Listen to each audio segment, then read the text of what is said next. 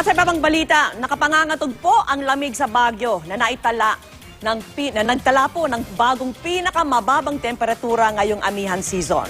Maging dito po sa Metro Manila, lalo pang lumamig ang panahon. At nakatutok si Jamsi Sante. Alas 6 na umaga kanina naitala ang pinakamababang temperatura sa Pilipinas simula nang maramdaman ang hanging amihan nitong Nobyembre. Sa tala ng Pag-asa, bumaba sa 12.8 degrees Celsius ang temperatura kanina sa Baguio na dinarayo ngayon ng maraming turista.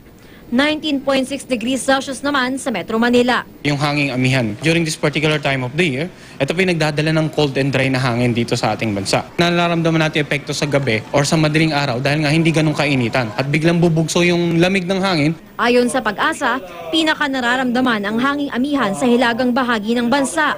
Posible raw umabot sa Eastern Visayas. Ang ilan, ramdam daw ang lamig ng panahon. Nagising ako ng alas 5 Maramdaman mo paglabas mo ng bahay na maramdaman mo na tagos sa mga balat mo Oo, ngayon mararamdaman mo na yung Pasko talaga. Ang tawag yung simoy ba? Siyempre, nagja-jacket kami. Medyo masapli kasi hindi ganong mainit. Kaya dapat magsuot ng jacket o iba pang pansalag-salamig kung ginawin ng hindi magkasakit. Ayon sa Pag-asa, hanggang Pebrero pa raw mararamdaman ang hanging amihan. Kaya posibleng mas lumamig pa ang panahon sa mga darating na linggo. Jamsi Sante, nakatutok, 24 oras.